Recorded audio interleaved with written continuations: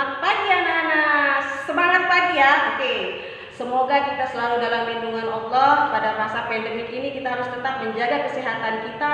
Jangan lupa tingkatkan daya imun tubuh kita ya, sehingga tidak terserang oleh COVID-19. Nah, tetapi perlu diingat anak-anak, meskipun kita dilanda musibah seperti ini, kita harus tetap semangat untuk belajar. Oleh sebab itu, pada pagi hari ini kita akan membahas tentang materi kelas 3. Ini untuk kelas 3 IPA SMA 2 Lembar. Kita akan membahas tentang materi kelas 3 semester 1, yaitu tentang sifat validatif larutan.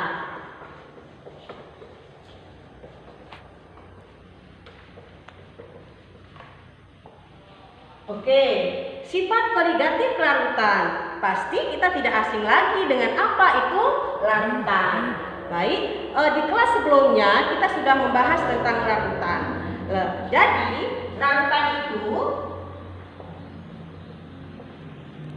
itu adalah apa, siapa mestinya?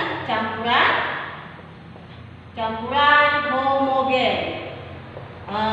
Homogen, ingat ya.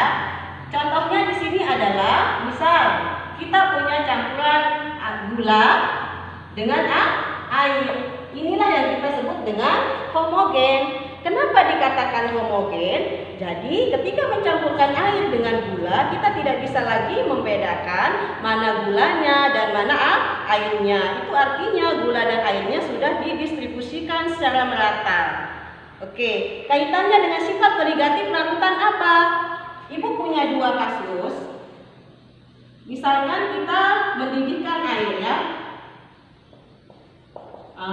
Kemudian di sini kita masukkan gula, air.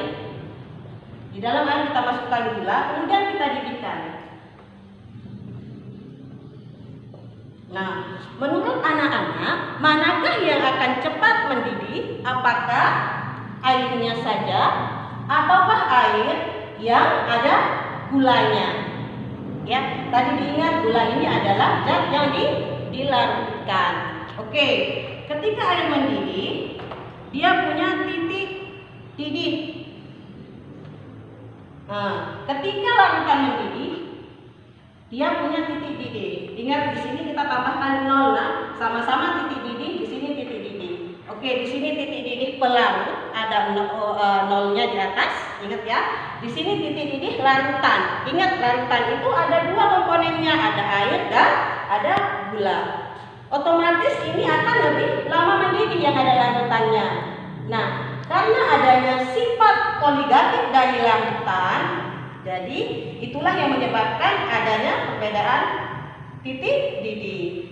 Ya, jadi titik didih larutan, tadi kan titik didih larutan itu adalah salah satu dari sifat koligatif larutan. Sifat koligatif larutan yang harus diingat terlebih dahulu itu adalah bagaimana kita menghitung jumlah konsentrasi gula yang dilarutkan di dalam air, yaitu rumusnya jangan lupa. Jadi konsep dasar yang harus dipahami untuk menghitung konsentrasi larutan itu adalah molaritas. Ya, molaritas. Ini satuan yang harus dasar yang harus dimiliki ya. Yang apa rumusnya? Molaritas sama dengan mol dibagi pelarutnya dalam kilogram. Atau ada rumusnya yang harus lupa langsung, gram per ml dikali 1000 per gram. Artinya apa? Ini sudah, kalau ini diubah dalam satuan kilo, ini diubah dalam satuan, ini tidak diubah dalam gram aja ya. Jadi molaritas itu rumus yang pertama yang akan dipakai. Ya. Kemudian ada lagi rumusnya, yaitu tentang fraksi mol. Ya, fraksi mol. Fraksi mol A pelarut, atau A kita bilang A aja ya, ingat yang A itu adalah pelarut. Itu sama dengan mol A dibagi mol A ditambah mol B. Nanti saya jelaskan di sini adalah A itu pelarut. Jadi XB itu adalah zat terlarut. Ya, jadi XB-nya sama, LB dibagi NB ditambah NA. Ya. Oke. Selanjutnya ini ada rumus-rumus yang akan kita gunakan dalam menghitung sifat koligatif larutan. Ini Ibu ingatkan lagi ya, kalau XA nanya reaksi itu harus jumlahnya sama dengan 1. Ya, jadi XA ditambahkan XB itu harus sama dengan 1. Oke. Selanjutnya sifat koligatif larutan yang akan dibahas adalah sifat koligatif larutan yang akan dibahas itu ada 4. Sifat koligatif larutan itu ada 4. Yang pertama itu adalah kenaikan titik didih.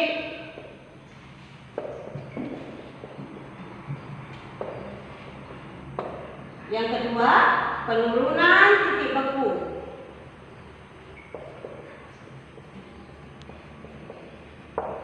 Yang ketiga, itu adalah penurunan tekanan uap.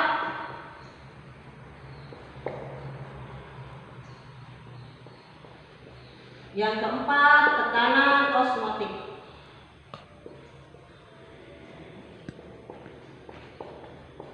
Nah, tekanan osmotik. Kemudian penurunan tekanan uap. Nah, ini datanya penurunan tekanan uap. Kemudian penurunan titik beku. Ya, titik didihnya penurunan titik didih. Nah, pada kesempatan ini anak-anak, kita mungkin akan membahasnya sekitar 2 kali pertemuan supaya memaksimalkan anak-anak untuk belajar daring. Kita akan membahas mungkin poin yang ke-1 dengan poin yang kedua. Ya, yang pertama adalah delta TB atau kenaikan titik didih. Seperti yang saya contohkan tadi, ya, di sini perbedaan kenaikan titik didih. Artinya titik didih pelarut akan lebih rendah dari titik didih larutan.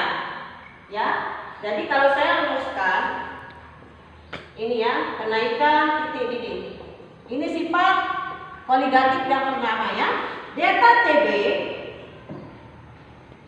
sama dengan M dikali KB. Sekali lagi, M dikali KB. Apa itu M anak-anak? Tadi yang kita bahas di depan itu ya, yaitu adalah molaritas. Satuannya molar. Ya. Kemudian KB, tetapan kenaikan titik didih molar. Ya. Satuannya adalah Celsius per molar. Oke? Nah, sekarang kalau misalkan yang ditanya adalah titik didih larutannya, berarti kita juga bisa menggunakan rumus untuk mencari titik didih larutan. Kita bisa menggunakan rumus TB min TB 0. Artinya kenaikan titik didih larutan itu sama dengan titik didih larutan dikurangi titik didih pelarut. Ibu ulangi sekali lagi ya, jangan disamakan. Pengalamannya banyak yang menyamakan kenaikan titik didih dengan titik didih larutan. Ya, ini yang ada data itu kenaikan titik didih larutan sama dengan titik didih larutan dikurangi titik didih pelarutnya.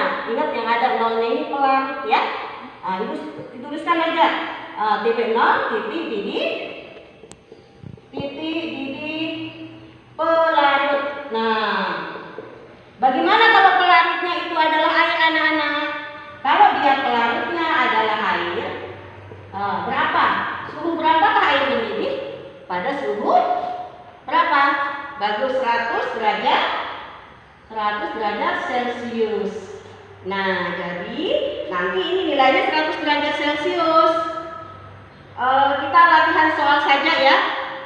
Anak bisa melihat modul yang Ibu share di WA group atau di link sekolah, di link Grab sekolah.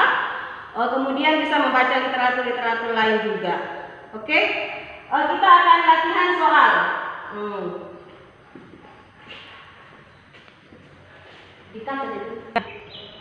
Oke, tadi kita sudah menggunakan ada rumus seperti ini ya, delta TB sama dengan TB min TB0. Untuk lebih jelasnya ya, Ibu akan memberikan satu contoh soal. Nanti meskipun kalian bisa melihat, anak-anak bisa melihat di link yang akan diberikan. Di sana ada modul dan sebagainya. Oke, di sini ada contoh soal larutan 6 gram urea, rumusnya ya, 6 gram urea.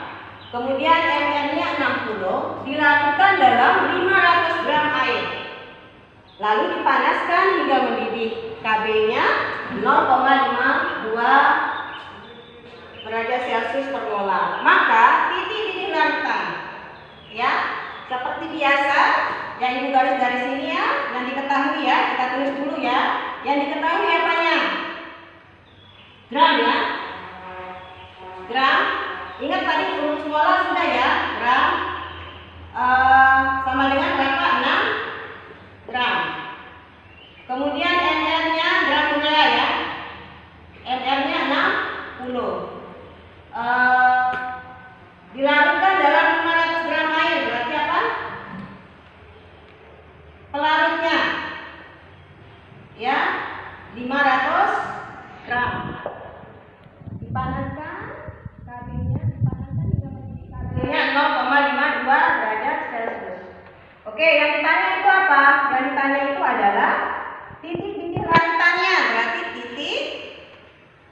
titik didih apa? Titik didih larutan. Berarti TB apa TB0?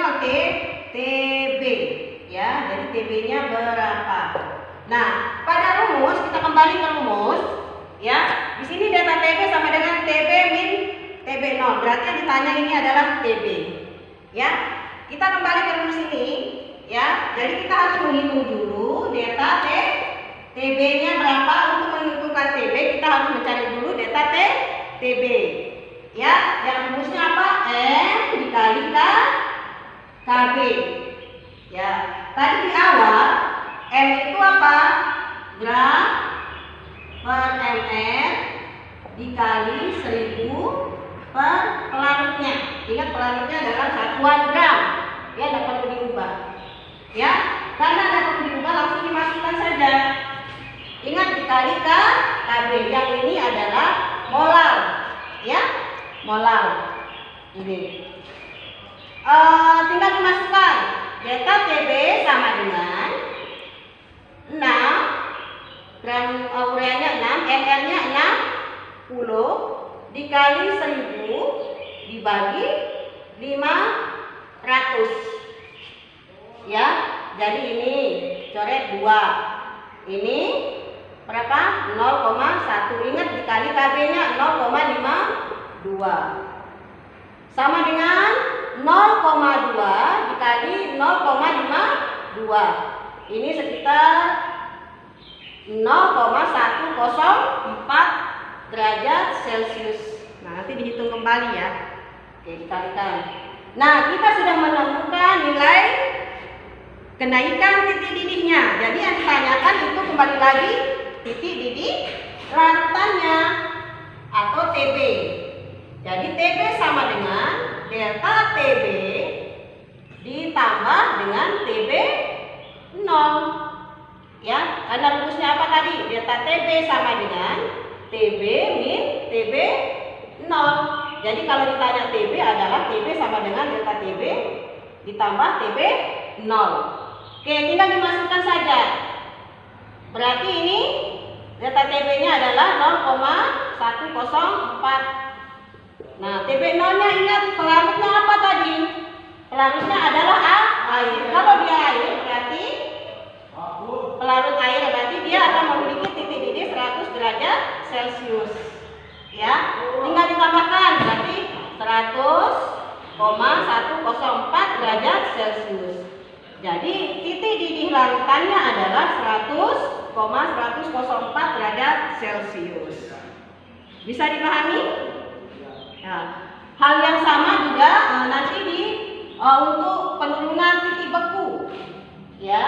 Hal yang sama untuk penurunan titik beku larva yang akan kita bahas nanti ya minggu depan ya. Terima kasih perhatiannya anak-anak. Semoga hari ini belajar insya Allah ada manfaatnya,